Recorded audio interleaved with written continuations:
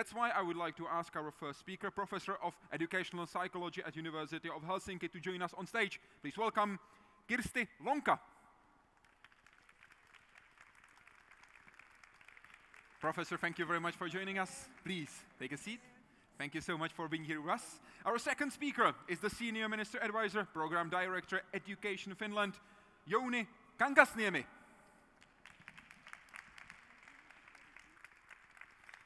Thank you so much for being here with us.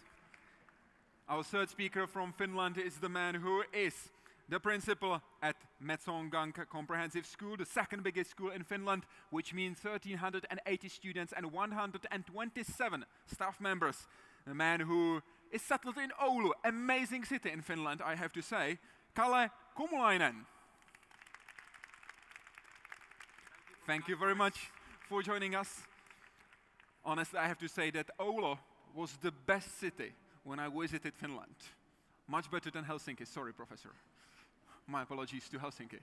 But Oulu was absolutely amazing. I do recommend you to visit here.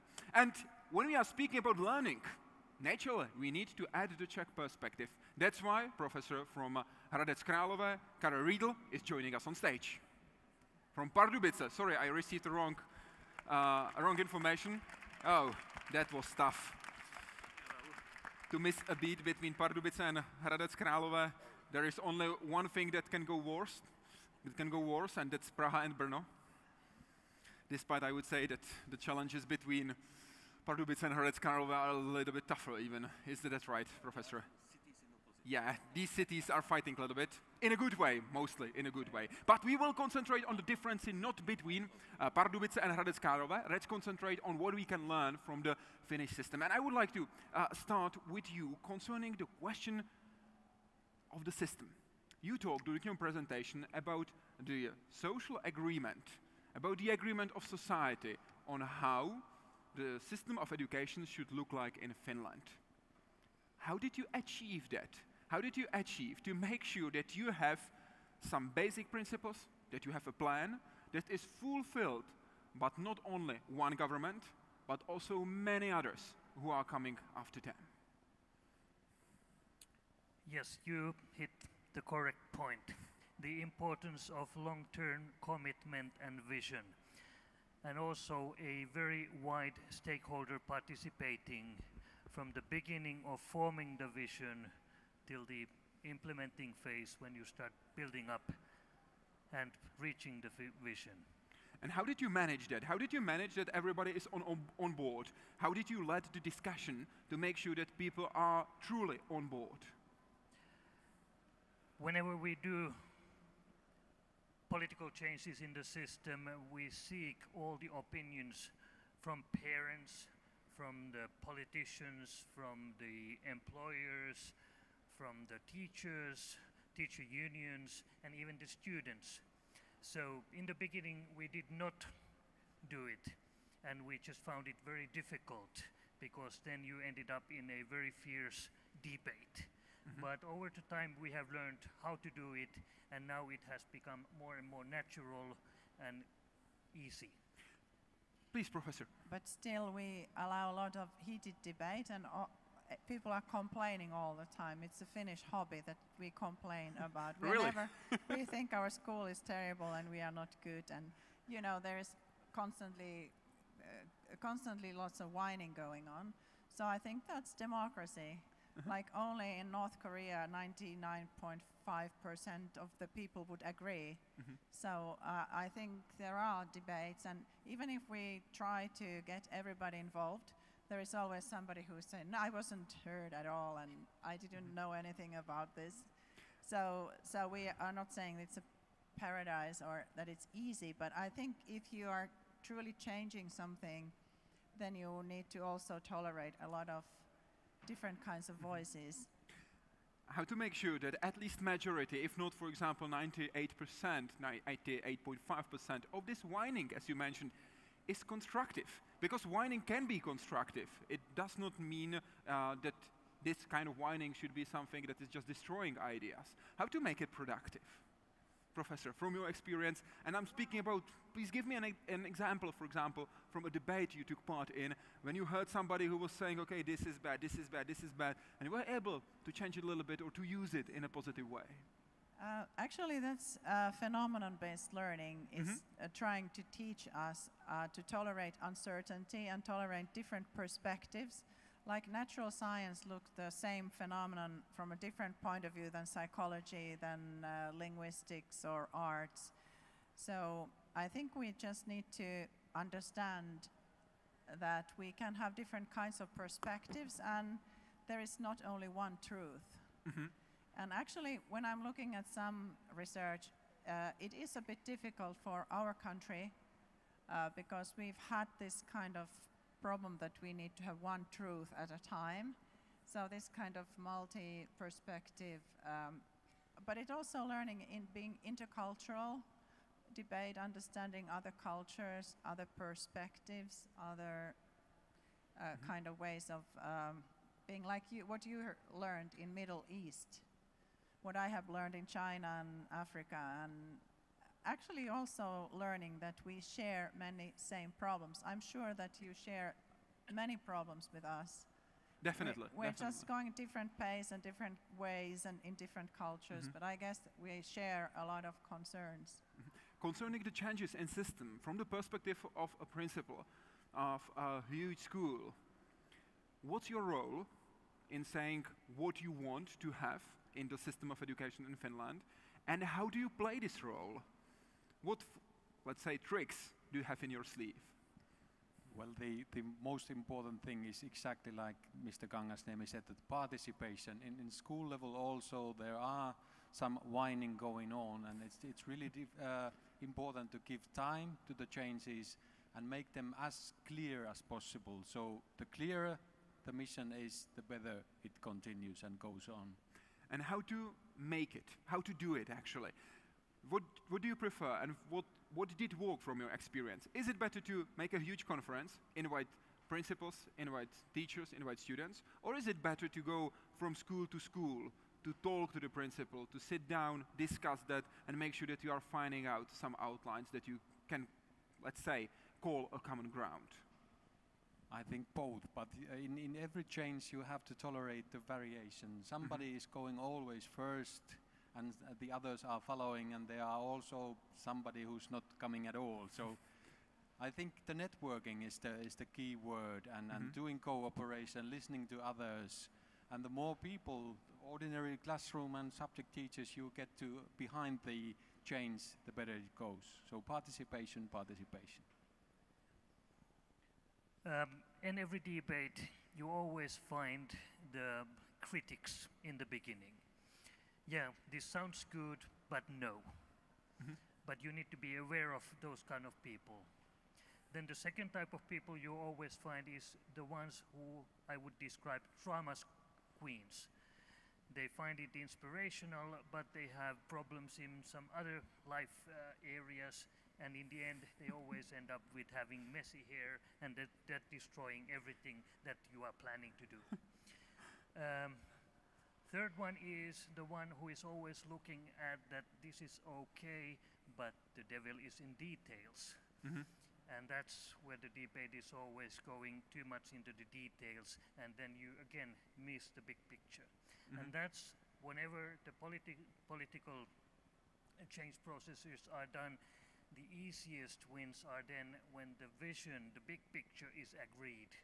And you always say that those are the issues we will deal and come back during the process. But do you agree on the big picture? Do we want to have the good quality education for all or not? And in the end, the decision is easy. Please, Professor. And then also I'd like to add that this national curriculum that we have, each school is making their own local interpretation. They can emphasize different things. So it doesn't have to be that everybody is doing it in the similar way, but different schools have different strengths. And it's then a process of school level and community level to put it in practice so that it looks like in Oulu the version may be a bit different than in Helsinki. But the idea would be that the level high quality would remain still, and people would learn, children would learn and young people, basically the same things. I mean, not the same things, but learn the core. The core, the big ideas. Yes, the core the general curriculum. principles. Yeah. I strongly have to agree, and thinking about how seriously the Finnish teachers take the national core curriculum, the many groups in Oulu containing from the teachers, we add almost 900 pages to the national curriculum. So we have now 1,700 page curriculum. So it's really important for the teachers. They want to participate and they are taking it dead seriously. Professor Rýdl, from your perspective, as Professor mentioned, maybe we are dealing with similar problems, but we are on a little bit different level. From your perspective, what are we missing to be on the same level as the Finnish school system is right now? And I'm not speaking about what we do in the lessons. I'm speaking about the mentality. If there is something that we are missing, or if we can say, okay, we are quite the same as people in Finland, but we didn't do just few steps. It's complicated to explain it, but I mean, in the tradition of the Czech schools and Czechoslovak schools in the whole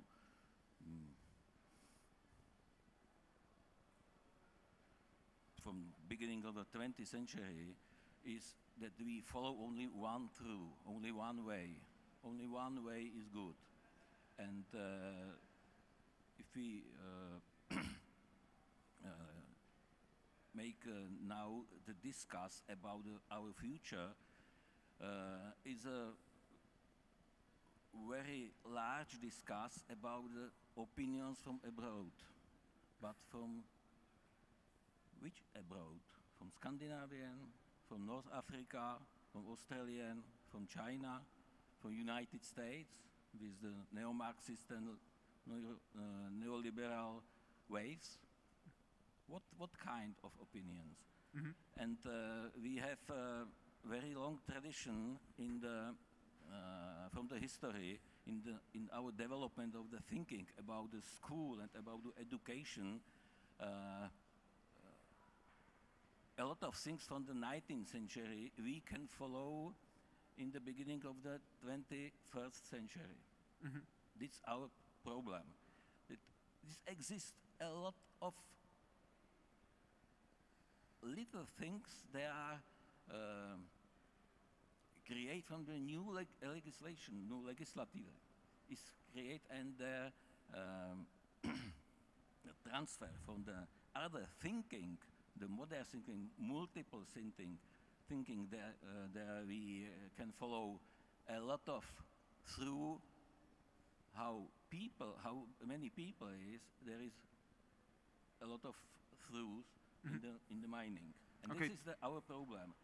To find a way, actually. To find a way. We have not the good aims in the legislative, in the law. In the process that you can support, that you can use as a Paragraph support, 2 as a and pillar. 3, Okay. there are there are aims, educational aims in competencies, but there are competencies for the future, for the pupils, for 30, 40 years in the future, but Okay. not for today. Okay, your reaction, please. This is very important because it's quite easy to understand that the organizations need to be learning organizations. But it is as important to be a learning nation. And like tomorrow our permanent secretary will be here, and her message has always been that if you are, like I am, I've been like almost 30 years as a civil servant, your role is to learn from others and then bring in the best ideas, because the Finnish system is actually a combination of all the good practices that what we've identified from elsewhere, and then we'll just have our own flexible way of integrating them in our system, and that's how it works. Your system is based on trust. You stressed that out during your presentation. It's trust in teachers, it's trust in principals, it's trust in the pupils. How do you gain the trust of parents? And how do you make sure that parents trust teachers? How do you do that?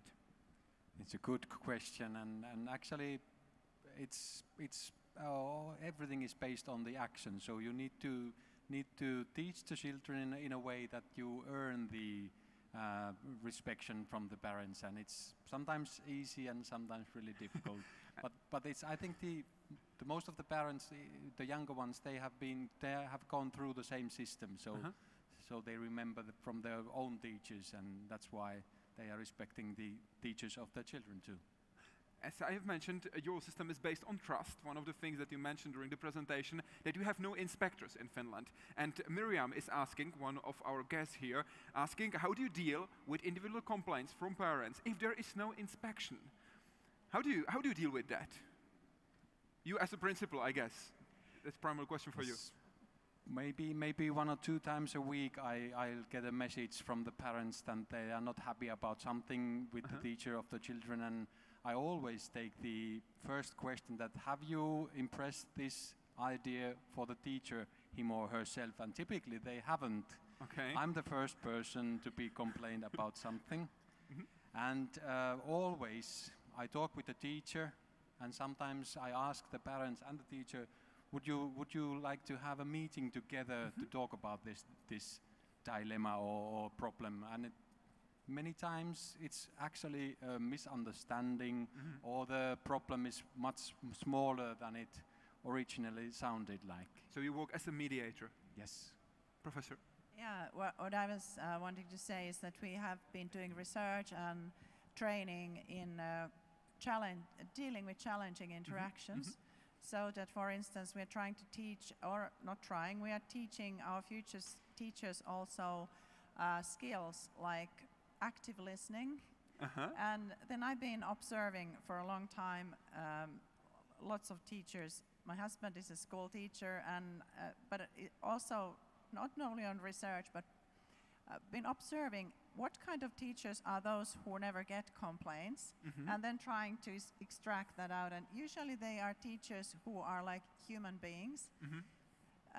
And usually they start with parents that we have a shared goal. We both want the same thing. We want your child to flourish, and we want him to learn, or her, and to do and feel good about herself or himself. So we have a shared goal, and now we just need to negotiate how to get there. And also we have open doors. So if you have any problems about our new things, what we are doing, you're welcome. The parents are always welcome to come to school. Very few people do that. And also kind of having that kind of, those teachers who are most like approachable, and I know teachers who give them personal, this is not supposed to be done, but they have very different styles. Some people may do so that you can call me 24/7. Okay. I'm available if you have a problem. So they don't call, but they have this feeling that you are approachable and that you are present and you are wanting the best for the child. So you are actually pushing them to complain, to talk about the issues, to talk about what they are interested in. A short comment. I typically say to the parents in the beginning of the academic year that don't believe everything that your child is telling about the school. We are not believing everything he or she is saying about you. So I'm not asking what did you learn about parents of your students sometimes. I will rather ask, how do you teach these skills to future teachers? How do you teach it? How do you teach it? Do you have, I don't know, special training courses? Do they go in practice earlier? Do you have special model systems that you are training during the study at the university? How do you teach them these skills? Actually, it's quite challenging because I have 350 future teachers in my class, and we are interactive and using technologies. We used to have small group training for communication skills, but government savings cut that away. Okay. So now we are developing totally new ways of teaching and learning social and emotional learning, which is part of our curriculum. So that we have flipped learning things, so that we have now creating program with video clips and theoretical ideas and videos about what is active listening, what is constructive message, how to react to aggressive. We have online. In Finland, did you know that we have this Wilma kind of system, different systems where parents and teachers have online connection all the time, actually. So it's possible to send online messages. To discuss so some how issues. but how to do that constructively? Because if you're online, then it's even more difficult to express, and especially we are training our future teachers that if somebody sends you an aggressive email, don't ever answer, but contact and say, let's talk. Okay. And Okay. these kind of strategies, but also then what we do is what we train with videos and things like that, and then we get together and then we practice them. Okay. Okay. So, but it's very, with limited resources, it takes a lot of creativity. We are now developing new online and blended learning New tools. methods for that. Speaking about the future teachers, Martina is asking, in which grade of university do students who are training to become teachers start their practice in the real classes? It's usually the second and third year. Second and third. And how much So- time do they spend in practice? Well, actually, they have this very intensive 6-week period. And first they go to usually like ordinary field school. We have a field school network in Helsinki area, for instance, and they do that practice there. And then they have in masters, that's bachelor That's level. bachelor, yeah. But in master program, then they have so-called master in-service training, which is also 6 weeks, and it's in university training schools. We have in Helsinki we have 2 university training schools, and then there we have very experienced university training teachers. But the idea is that they get the sense of ordinary field schools and then also university training school. So. And That's this the is system. actually very important that you understand from the beginning on that the theory meets the practice. Professor? I would like to say that the general problem between Finnish society and the Czech society on the beginning of the 21st century is the principle of the confidence. The Finnish society is built 120 years on the confidence from the where are you free from the Russia, you know, on the beginning of 20s, yeah, and the Czech society is destroyed through the unconfidence in the school system, in the educational system. We can see the fighting between under the different groups, under the parents against the school, the teacher against the children against the teacher, and so on. And in this atmosphere, it's very complicated to follow some discuss about the basic principles, what we need as a global society for the future in 30, 40 years. This is the problem, the reform. But this is actually a very fruitful starting point, because even Albert Einstein said that the hardest thing is to know what the problem is. And if you can identify the problem, then there's always ways how to solve the problem. Professor? We've been collaborating with our neighbor, Estonia. We have a bit similar language, and it's easy to also easy to learn how to spell. And actually, we've been collaborating during the last 15 years, and now Estonia has gone ahead of us. They are now better than we. They are ahead in digitalization. They have better PISA results, and they are very agile. But now there is a flashback. I'm not sure if you heard what's going on there. But they had the same Finnish thing going on, but their core curriculum is only 10 pages. So I guess they would need more space. But it so happened that they had this kind of process that they had all agreed, but suddenly there came a new government and they tore it apart and they rewrote it without asking them. And now there is some kind of crisis going on. But this is just an example that governments come and go, but if you do long-term collaboration and learn from each other, and we're visiting each other and helping, and professors have been writing papers together, and I think it would be possible to work with many other countries like we are collaborating, because I remember when I went to Estonia in the 1990s, and I started talking about collaborative knowledge creation and collective intelligence. They looked at me like I'm a communist or something. So it was really difficult to talk about those things. I had been studying in Canada, and there all kind of this collaborative creativity is important and so on. So that was the start, but we've been starting to understand each other. During your presentation, you said that it is difficult to get into a class teacher program. More than 1,500 applicants and only 120 of them are taken in. What's the ratio in the Czech Republic, Professor Rýdl? Do you have more applicants or more people who are truly taken in for the study? What's the ratio right now? Just, roughly. I'm not asking for the different special. from the school to school. At your school, I mean in Pardubice. In Pardubice we have only one study program for teacher training, and this is the English. And we have a lot of applicants, and we can choose the best students. But this is only one program. Yeah.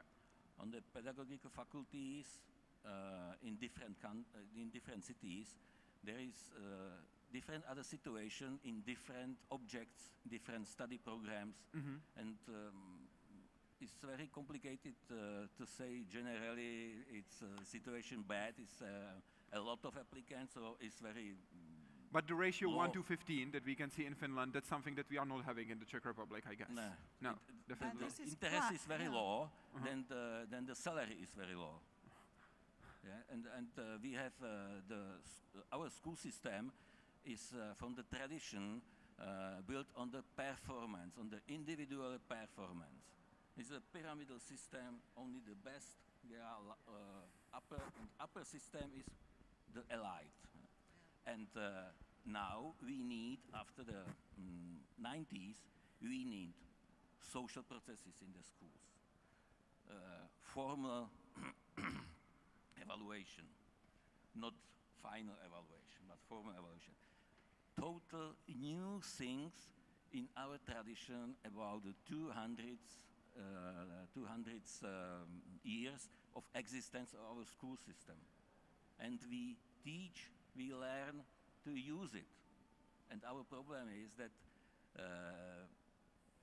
the society are not prepared to discuss about the education, about the future of the children, that from the tradition is the way. This is for that they are responsible to politicians. This is not my case. They are politicians, and it's this problem for the reform that our politicians have the period only 3 or 4 years in the function. Actually, the average time a Czech Ministry of Education spends in his office is 16 months. Speaking about 16 months is the current approximate time of a minister in the office right now. Professor. I have to say that I was actually referring to class teacher program, which is the most wanted. The most wanted. And sometimes we have a national exam for it. So it's national, and in Helsinki area, the record has been 2,700 applicants. So, but it varies a bit, so I said to be on the safe side. But I have to say something, Mrs. Lehikoinen, who is coming here tomorrow, I have to say that governments come and go, but we have excellent civil servants. Like I've been discussing with her since 1990s when I was just starting in trying to reform the medical school. I was working in Faculty of Medicine, trying to make it problem-based, or actually we were succeeding in that, and introducing doctor-patient communication skills. But since that, what is special is that universities and professors and academia, we are such a small country. We have very close relations, and for instance, when we were preparing, we have committees like 100 academics are invited to brainstorm for the new curriculum, and the teachers' union is very strong, and so on. And what is permanent are civil servants, and they have lots of knowledge and very good contacts, and then they are very often helping the new minister regardless of the political party.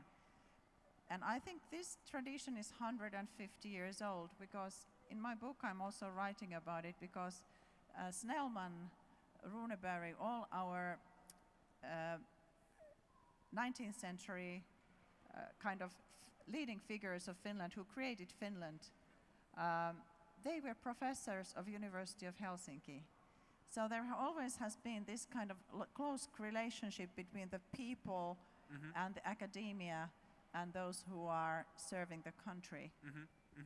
I guess it's a bit exceptional, but that kind of tolerates different regimes and different political parties. And you can keep the same track despite the political change. Yes, and I think that politicians go come and everywhere. go, and but you Come can and go on. But we can still go on as a nation. Okay, now let's concentrate on some, not let's say basic principles, but something that we can say, okay, this is an advice, a piece of advice you can use in your curriculum. For example, in your presentation, Professor, I find not only one, but one of the truly interesting things, when you describe that you have 1 or 2 interdisciplinary projects per year. I would like to know what kind of projects are we talking about? What is the problem that the students are supposed to solve during the program? I think I refer to Einstein again. Please. Because he knows much better in practice what's going on in school. I'm telling what we are doing with my students at the university and what's Let's the basic concentrate on idea. the school. But in our projects, it's always so that the students define the phenomenon in question. And for instance, in my husband's school, there is a theme. The whole theme of the school can be forest. But it's the students who define the problem, because in problem solving, creative problem solving, defining the problem is the most creative part. And if teacher takes it over and says, this is your problem to be solved, then she's taking over the most creative part of problem solving. And that's the idea of phenomenon-based learning. How do you do think? it? So, for example, the last 2 years we've been working with the values of our school. So 3 values which exactly are the same of the values of the city of Oulu: fairness, accountability and courage. And for the first time in our school's history, the students ripped off the values to learning topics. So what is courage in my school life? And now we are learning those 12 topics from these 3 values, and everything is kind of built around them. And its well-being is one of the most important cornerstones in our school. And it's really been nice to see how the students have been working with the values, and now, for the first time, if somebody asks, they know what they are. If you want to add any questions, if you want to ask any question, please just let me know, or you can use the Slido as you have been using for today here in Prague at the festival. I would like to learn more about this kind of style, if I may, Principal. If I may ask you one more question about this program, because I would like to truly understand it. So, show me how it is done at the classroom. Okay, we are in the classroom, I'm the teacher. What am I supposed to say to my students when I want to introduce them to a problem? There will be, first of all, finding. They need to look up the problem, and then they will be working on this problem for the whole year. How should I come to them as a teacher and show them that this is really cool, that they will love it? In my school, everything is based on a really nice team organization. So we have 7 teams of teachers, and the team leaders, which are teachers among teachers, they work closely together with the leadership team, and we are doing everything according to our vision. And our vision is really simple. It's our Metso-Kangas, which means that we are trying to be a community school, doing everything for the students and the parents, for the community. So the big lines are taught in the planning and the leadership team, and the team leaders are taking them to the teams, and the teams start to plan how do they accomplish this within the classes and within the students, and they try to participate the student council and the students as much as possible. So it has to be two-sided kind of line from the students to the leaders and from the leaders to the students. But it takes time. It really takes time. Professor? one what is very peculiar about our new national curriculum is that forces teachers to collaborate. So it's Among not each my other. classroom anymore, but mathematics teacher, biology teacher, art teacher, Finnish language teacher, they need to collaborate. And they need to do projects with their students that go beyond subject matter silos. Because the world doesn't happen in silos. This is not, I don't know what this class is, but we cannot put this discussion in a box of one subject matter area. This is not an English class. This is about phenomenon called school. And when we are recruiting new teachers, the main topic is the cooperation. We know that all the applicants, when we have read their applications, that the persons who have been chosen to the interview, they are really good teachers. But the main topic is, and I always ask that, do you want to cooperate? And naturally, they all answer, of course I do. But then the grilling starts, because we ask, give us some examples, how have you done cooperation with the teachers? Because in our opinion is that we need to have those persons to the school who are dying for cooperation.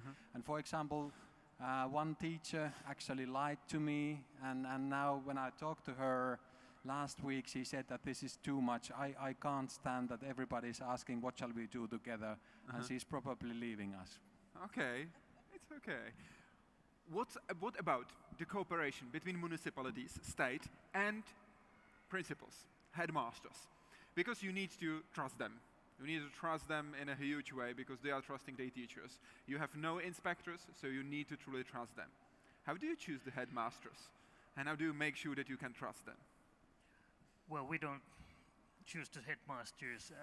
The hierarchies in Finland are very low. Any headmaster can call me any day, and I'm happy to have, because we always have the common problem to solve, and it is like helping each other. How do we solve the problem? So it is actually, in the end, it again narrows down to the trust. I know that we are all aiming to improve the education system in Finland, but there seems to be some problems, and the real life problems are heard from schools, from individual teachers, sometimes even the parents. They first call the ministry and complain something what is happening in Metsokangas school. And then I always say that, have you discussed with the teacher, with the principal, and do you know how that goes? And when you have done it, call me again. Have they called you? Not in your school's case, but oh yes. Especially in the springtime, some concerned parents also contact us, and even the minister. They are very concerned of something, and very important thing is also that when you get the messages, you always reply. To be accessible. Yes.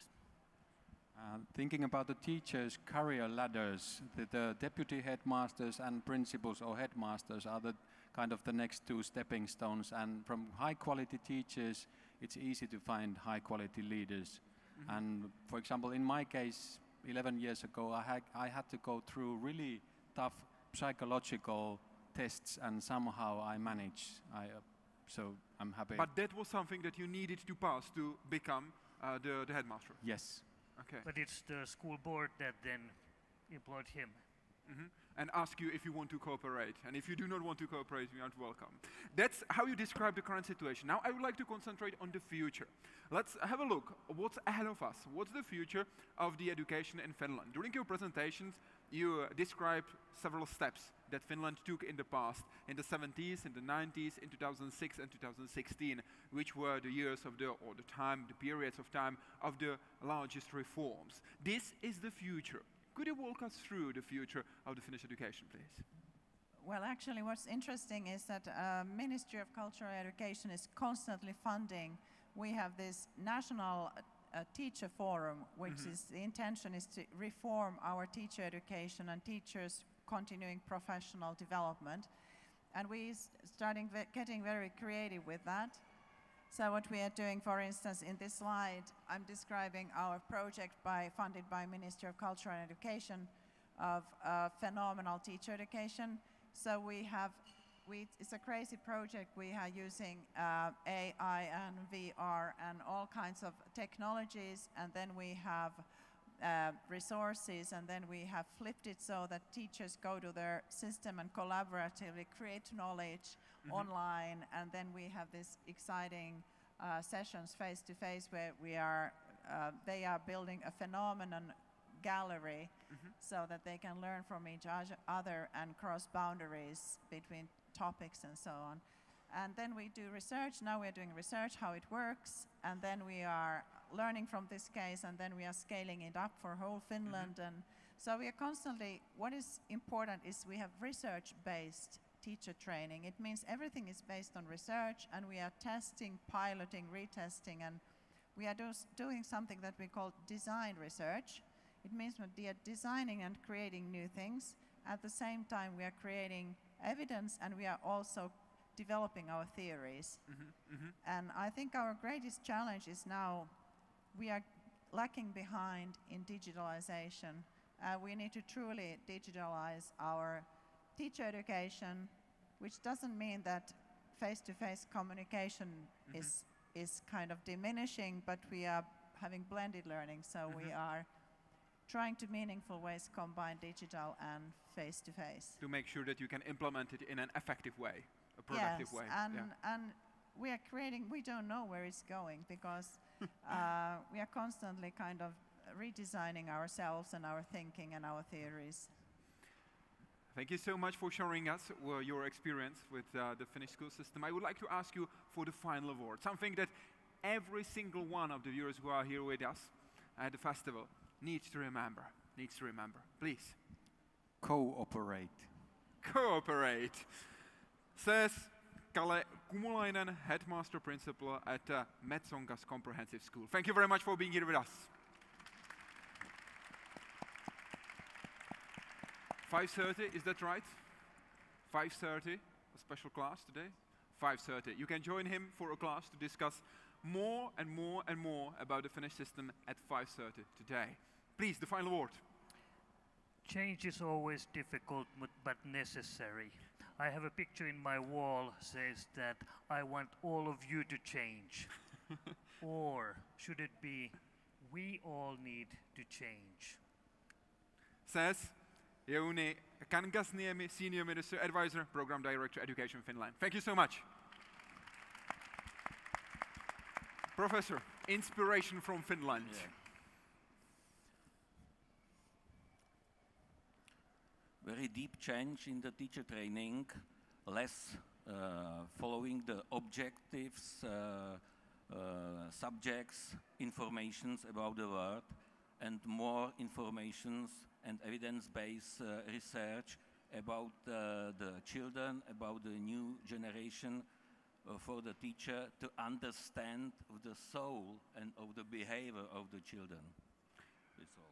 Říká Karel Rýdl z Pedagogické fakulty Univerzity Pardubice. Děkuji vám. Thank you very much. Professor, the final word, please. I think don't ever be too self-satisfied.